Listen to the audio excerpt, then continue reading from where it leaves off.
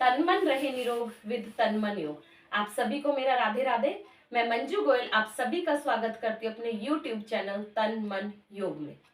देखिए दोस्तों, हमारे शरीर का बैलेंस हमारे पैरों पे निर्भर करता है। अगर हमारे पैर हम उल्टा पुल्टा रखेंगे या ठीक प्रकार से नहीं चलेंगे तो हमारी अपर बॉडी पे भी इसका पूरा इफेक्ट आता है। जैसे गाड़ी, अगर उसके व्हील्स की आप बैलेंसिंग नहीं कराएंगे तो गाड़ी को चलने में प्रॉब्लम आएगी।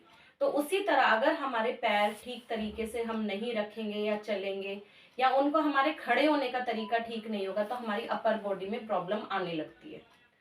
अगर हम पैरों को देखिए, मैक्सिमम लोग पैरों को इस तरह से रखते हैं, खड़े जब होते हैं तो नीचे की तरफ ऐसे खोल के बाहर की तरफ खड़े होते हैं, और कई लोग तो चलते भी इस तरीके से। तो जिन लोगों को भी कमर का दर्द है वो लोग अगर इस तरह से चलेंगे तो इसका इफेक्ट हमारी कमर पे कैसे आता है आप इसे समझिए।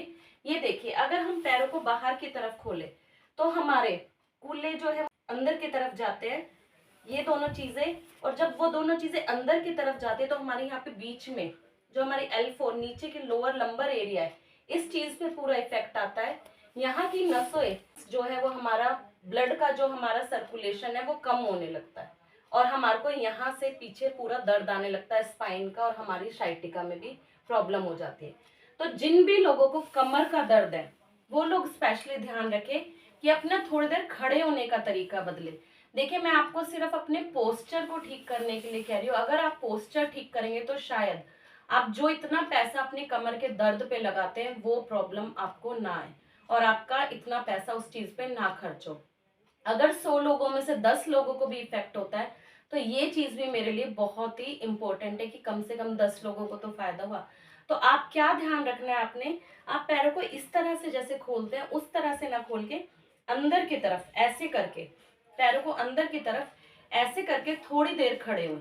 आप 1-2 मिनट से शुरू करते करते 3 से 4 मिनट तक ऐसे खड़े हुए। इससे क्या होगा, आपके कूल्हे बाहर की तरफ चले जाएंगे। जब आप ऐसे करेंगे, आप खड़े होके देखिए मेरे साथ, जब आप ऐसे करेंगे तो आपके कूल्हे, आपके जो हिप्स हैं वो बाहर की तरफ जाएंगे, और बाहर की तरफ जाने से क्या होगा, आपकी जो वेन्स हैं उनमें ब्लड का सर्कुलेशन बढ़ेगा क्योंकि वो फैलेंगी, और जैसे ही ब्लड का सर्कुलेशन वहां बढ़ेगा आपके लंबर एरिया में नीचे रीढ़ की हड्डी में ब्लड का सर्कुलेशन बढ़ेगा और आपका कमर का दर्द धीरे धीरे ठीक होने लगेगा। तो अपने खड़े होने के पोस्चर पे जरूर ध्यान दें कि आप खड़े कैसे हैं, और कोशिश करें कि दिन में 2 से 3 बार जब भी आपको याद आए आप पैर अंदर की तरफ करके खड़े हो।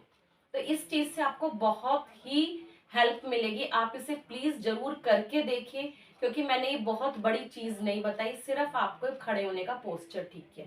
इसी तरह से अब हम लेट के मैं आपको बता रही हूँ कि आप लेटेंगे तो किस तरह से लेटेंगे। 1-2 मिनट उस तरह से लेट के देखिए, फिर अपने अंदर चेंज देखिए। कि दोस्तों, जब हम सोते हैं तो पैर हमारे बाहर की तरफ होते हैं मोस्टली, या फिर हम ऐसे सोते हैं, या तो बाहर की तरफ हमारे पैर पड़े होते हैं या हम ऐसे सोते हैं। तो जब आप लेटते हैं तो लेटने पे भी आप प्लीज ये कोशिश कीजिए कि आप दोनों पैरों में ऐसे गैप करके अंदर की तरफ कुछ देर ऐसे अंदर की तरफ अपने पैरों को लगा के और होल्ड करके रखें। आप ये 1 से 2 मिनट से शुरू करते करते धीरे धीरे इसकी होल्डिंग बढ़ाएं। अगर आपको लगता है कि शुरू में मैं 1 मिनट भी नहीं कर पा रही तो थोड़ी देर 30 सेकेंड 40 सेकेंड से शुरू करते करते इसकी होल्डिंग को बढ़ाएं। जैसे आप अंदर की तरफ अपने पैरों को इस तरह से करेंगे तो आप अपने आप देखेंगे कि आपकी हिप तक आपको पूरा प्रेशर आया है, और हिप तक जब आपके वही हिप तक प्रेशर आएगा तो खून का दौरा आपकी रीढ़ की हड्डी में बढ़ेगा, हिप में बढ़ेगा, और आपको साइटिका और कमर दर्द से बहुत ही राहत मिलेगी। तो दोस्तों, ये मैंने बहुत ही छोटी सी एक क्रिया बताई आपको, आप करके देखिए और अपने अंदर चेंज को फील कीजिए। देखिए, आप अपना इलाज करा रहे हैं या अपने कमर के दर्द के लिए डॉक्टर्स के लिए पैसे लगा रहे हैं तो वो कोई एक अलग मैटर है, लेकिन आप ये अगर इसके साथ साथ ये चीज भी करेंगे तो आप देखेंगे आपको इंस्टेंट रिलीफ मिल रहा है। तो आप प्लीज ये करिए और अपने अंदर चेंज को महसूस कीजिए। राधे।